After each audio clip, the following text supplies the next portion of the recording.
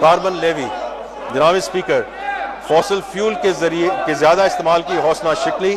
اور موسمیاتی تبدیلی اور گرین انرجی پروگرامز کے لیے مالی وسائل مہیا کرنے کے لیے یہ تجویز کیا جا رہا ہے کہ مالی سال 2025-26 کے لیے پٹرول، ہائی سپیڈ ڈیزل اور فرنس آئل پر 2.5 روپے فی لیٹر کی شرح سے کاربن لیوی عائد کی جائے، جو مالی سال 2026-27 میں بڑھا کر 5 روپے فی لیٹر کر دی جائے گی۔ اس کے علاوہ فرنس آئل پر پیٹرولیم لیوی بھی وفاقی حکومت کی جانب سے اعلان کردہ شرح کے مطابق عائد کی جائے گی۔ توانائی کے شعبے میں گردشی قرضوں پر سرچارج کی ادائیگی۔ جناب اسپیکر، پاکستان کے توانائی کے شعبے پر ناقابل برداشت گردشی قرضوں کا بوجھ ہے، جو گزشتہ مالی سال کے اختتام پر 2,393 ارب روپے تک پہنچ چکا تھا۔ اس گردشی قرضے پر کائبور کے علاوہ 2% سے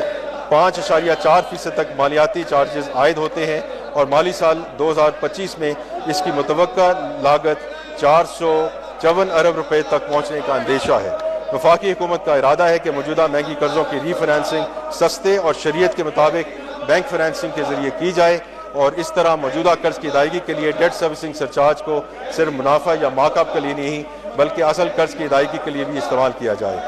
اس منصوبے کو عملی جامہ پہنانے کے لیے نیپرا ایکٹ میں ایک ترمیم تجویز کی جا رہی ہے، جس سے وفاقی حکومت کو ڈی ایس ایس پر 10% سرچارج ادا کرنے کی پابندی کو کیس ٹو کیس بنیاد پر مخصوص مدت اور مقصد کے لیے بڑھانے کا اختیار حاصل ہو جائے گا۔